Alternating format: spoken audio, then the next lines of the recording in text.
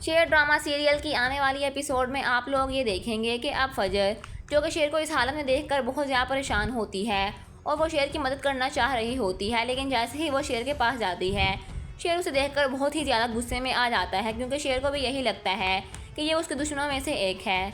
लेकिन जब फजर बार बार शेर के पास जाएगी, उसकी हैरियत दरियाफ्त करेगी, तो शेर को यकीन हो जाएगा। तो फजर उससे पूछेगी कि तुम आखिरकार अपने घर वालों को देखकर गुस्से में क्यों आ जाते हो, क्या तुम उनको नहीं पहचानते?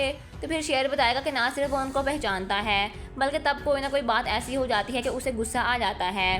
दूसरा, अब जब भी कोई शेर से मिलने आता है तो फ़हद उसके साथ ज़रूर आता है।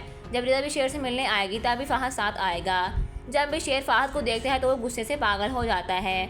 दूसरा, अब शौकत, जब उसे इस बात का पता चलता है कि फजर शेर का इलाज कर रही है, तो फजर से कहता है कि शाहजमान के ख़ानदान में से कोई भी नहीं बचना चाहिए, उन सबको ख़त्म हो जाना चाहिए और उसके लिए फजर को ये सब करना होगा। फजर को अपने बाप की बात माननी होगी, तभी उसका बाप उसे माफ़ करेगा। फजर अपने बाप की ये बात सुनकर बहुत ज़्यादा परेशान हो जाती है, क्योंकि वो नहीं चाहती कि वो शेर के साथ कुछ भी गलत करे, क्योंकि उसको शेर का एहसान याद होता है, वो शेर का एहसान नहीं भूलती। लेकिन फ़िलहाल वो अपने बाप को यही कह देती है कि वो शेर को मार देगी। अब दूसरी तरफ शेर वो फजर से कहता है कि तुम मेरी मदद तो कर रही हो, लेकिन इसमें तुम्हारी जान ही ना चली जाए।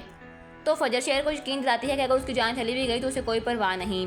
अब फजर शेर को आहिस्ता आहिस्ता ठीक कर रही होती है। अब फजर अपने घर वालों से जाकर झूठ बोलेगी अपने बाप से कि उसने शेर को मार दिया है, लेकिन कुछ ही देर बाद फजर के बाप को इस बात का पता चल जाएगा कि शेर जिंदा है। तब फजर का बाप फजर को घर से निकाल देगा।